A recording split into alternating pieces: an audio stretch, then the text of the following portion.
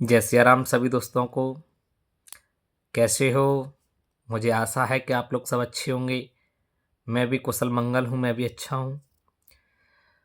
आप लोगों के कहने पर मैं दोबारा से आया हूँ। आप लोगों ने मैसेज किए थे यूट्यूब पर, इंस्टाग्राम पर, फेसबुक पर, इसलिए मैं आपके लिए दोबारा आ गया। आप लोगों ने कहा था सर सोशल साइंस के सर महत्वपूर्ण प्रश्न हम लोगों को प्राप्त नहीं हुए, कुछ बच्चों को मिल गए, कुछ बच्चों को नहीं मिले। तो मैंने कहा ऐसे समस्या को सॉल्व नहीं किया जा सकता, तो क्यों ना लाइव आके दिया जाए, या उनको वीडियो बना के दी जाए।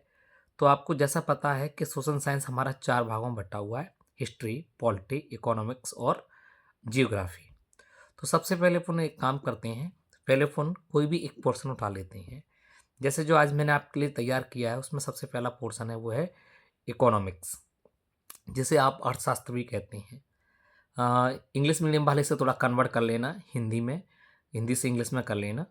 पर मैं जो बोल रहा हूँ क्वेश्चन वो पेपर में आएंगे, 1% आएंगे, वो रुक नहीं सकते। इतने महत्वपूर्ण प्रश्न हैं। पक्का, या तो मैं बोलता नहीं हूँ, बोलता हूँ तो डंके की चोट पे बोलता हूँ, कोई रोकने वाला नहीं होता। हाँ, ये मेरी क्वालिटी है। या तो इसे कमी मान सकते हो, या इसे मेरा ये वो कहते हैं ना एक बिग जोन या स्ट्रॉन्ग जोन। अब आप क्या समझ रहे हो वो आप अपने हिसाब से देख सकते हो। तो पूरी तैयारी करके ही आता हूँ मैं, नहीं वैसे आता नहीं हूँ। मुझे पता है सोशल मीडिया है, लोगों के मुंह हैं, 100 बातें 100 चीज़ें होती हैं, लेकिन मेरा काम एक ही है, आप लोगों की हेल्प करना, और कर रहा हूँ। तो कम टू द पॉइंट, अपने मुद्दे पे आते हैं। सबसे पहले तो सबसे पहले बात करते हैं इकोनॉमिक्स के पार्ट 1 और 2 के क्वेश्चन आंसर की, जहां से आपके लिए क्वेश्चन आंसर आ सकते हैं। पहला क्वेश्चन है क्षेत्रक क्या है या कितने प्रकार के होते हैं, इनकी विशेषता बताइए। मेरे प्रिय विद्यार्थियों, पहला क्वेश्चन दोबारा बोल रहा हूं, क्षेत्रक क्या है या कितने प्रकार के होते हैं, इनकी विशेषता बताइए। तो जैसा आपको पता है मुख्य रूप से जो क्षेत्रक होते हैं वो 7 प्रकार के होते हैं, और अन्य अन्य क्षेत्र हो सकते हैं, पर लेकिन मुख्य रूप से 7 माने गए हैं। जिसमें एक आपका प्रथम आता है, जिसमें द्वितीय और तृतीय।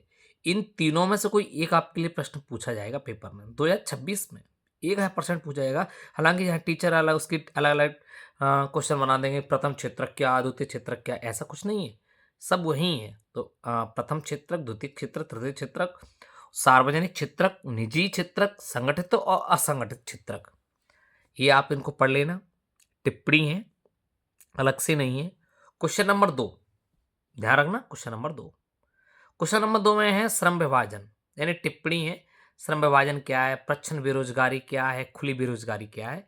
ये एक एक लाइन के हैं, एक एक लाइन से भी कम है, तो आप आराम से कर लोगे, मुझे पता है। तीसरा जो क्वेश्चन है मेरे प्यारे विद्यार्थियों, वो आपके लिए है शहर एवं ग्रामीण रोजगार योजना।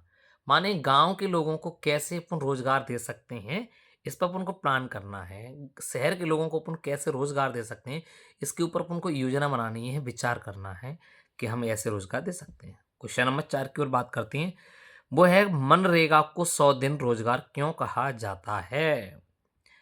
मेरे प्यारे विद्यार्थियों, पार्ट 1 और पार्ट 2 की 4 क्वेश्चन मैं आपको दिए हैं। इन 4 प्रश्नों को अगर आपने लगा लिया तो दावे के साथ बोल रहा हूं कि पार्ट 1 और पार्ट 2 से कोई प्रश्न बाहर नहीं जाएगा। अगर चला जाए ना तो इस वीडियो को सेव करके रख लेना और मुझसे मिल लेना बस।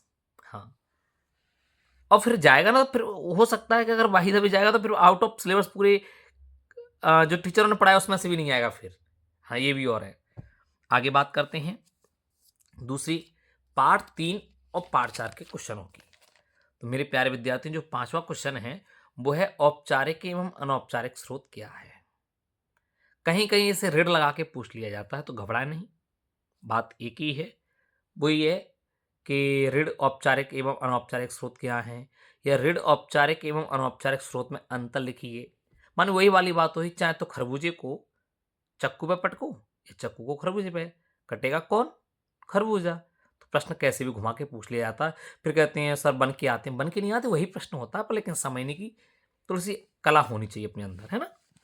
अगला क्वेश्चन, क्वेश्चन नंबर 6 में टिप्पणी पूछी जाएंगी, तो इसमें से आ सकता है विमुद्रीकरण क्या है, बैंक क्या है, मांग जमा क्या है, चेक क्या है। एक एक लाइन चेक नहीं जानती हो, चेक क्या है, अपन रात दिन बैंक से पैसा निकाल रहे हैं वो है।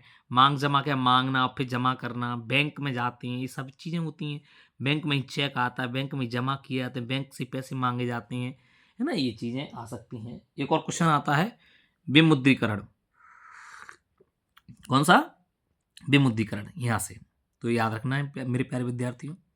क्वेश्चन नंबर 7वां, भारतीय रिजर्व बैंक क्या भारतीय रिजर्व बैंक के कार्य यानी आरबीआई, इसको थोड़ा पढ़ के जाना। अच्छा क्वेश्चन है, ज्यादा अब नहीं है ऐसा, जहां मुझे लगा वहां से मैंने बोल दिया। हाँ, टिप्पणी में से आ सकता है कोई।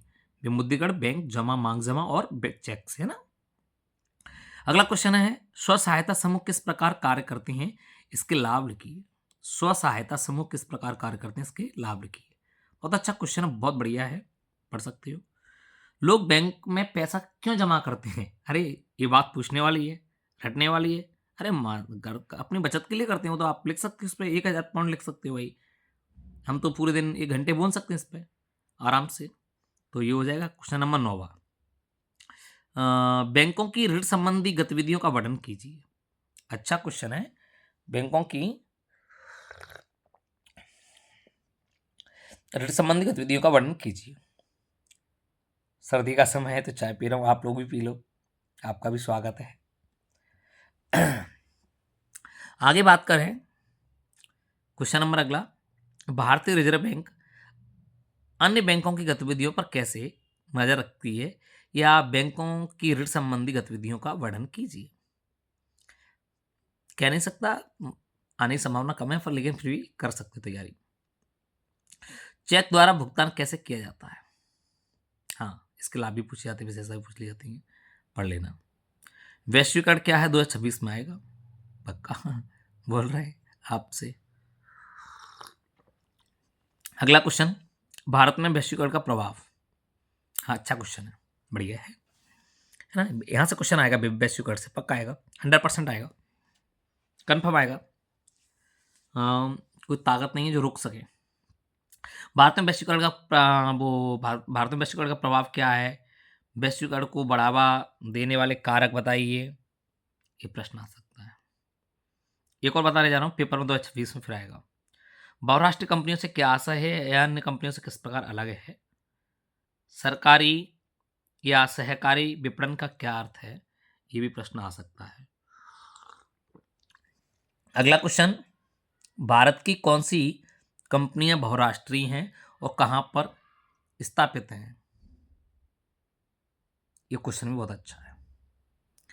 निवेश एवं विदेशी निवेश से क्या आशा है, इसको प्रश्न को घुमा के ये भी पूछ लिया जाता है कि निवेश एवं विदेशी निवेश में डिफरेंस माने अंतर लिखिए, तो वो आप कर सकते हो।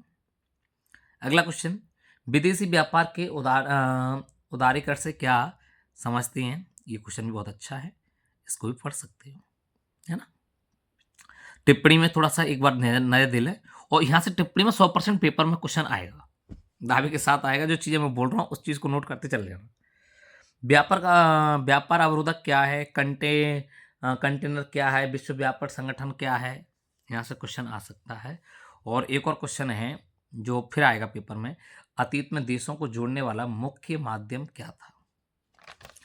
मेरे प्यारे विद्यार्थियों, मैंने आपके लिए इतने क्वेश्चन बताए, फिर एक और बता रहा हूँ, वो भी आएगा 2026 में, क्योंकि 23 क्वेश्चन पूछा था तो 23 दूनी 40 होते हैं, तो कुछ ना कुछ क्वेश्चन तो आएंगे उसमें से, जब उन्हें इतने उठा रहे हैं। तो उपभोक्ता शोषण के बिंदु, अधिकार एवं जागरूकता का महत्व लिखिए।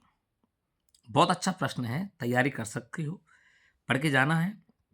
टिप्पणियों में अंतिम वस्तुएं क्या हैं, कालाबाजारी क्या है, सूचना अधिकार क्या है, यहाँ से प्रश्न पूछ लिया जाएगा मेरे प्यारे विद्यार्थियों। इसके अलावा कोई भी प्रश्न नहीं पूछा जाएगा, कोई भी इनमें से आ जाएगा। 90% दावे के साथ बोल रहा हूँ कि आ जाएगा। 100% तो भैया देखो पढ़ने से आता है। और एक और चीज़, जो आपके सर ने आपको पढ़ाया है उन्हीं प्रश्नों को रिवाइज कीजिएगा, उन्हीं को कंप्लीट कीजिए। बस मैंने आपको क्वेश्चन बता दिए, इन क्वेश्चनों को कर लो। समझने और समझाने के लिए समय इसलिए नहीं है कि वो तो अगर कोचिंग आते या ऑनलाइन प्लेटफॉर्म पर पढ़ते तो शायद आपको समझा सकते थे, पर लेकिन आपके सर ने जो भी पढ़ाया होगा वो अच्छा पढ़ाया होगा। सभी अच्छा पढ़ाते हैं, कोई बहुत बेकार नहीं पढ़ाता, है ना। ये पर सब अपने आप को बेस्ट बताते हैं व्यापारिक दृष्टि से। पर लेकिन मैंने जो आपको बताया है, मुझे पूरा आशा है कि आपको ये मैंने क्वेश्चन बताए हैं, टोटल क्वेश्चन 22 हैं, इनमें से कोई भी क्वेश्चन बाहर नहीं जाएगा, पक्का बोल रहा हूँ।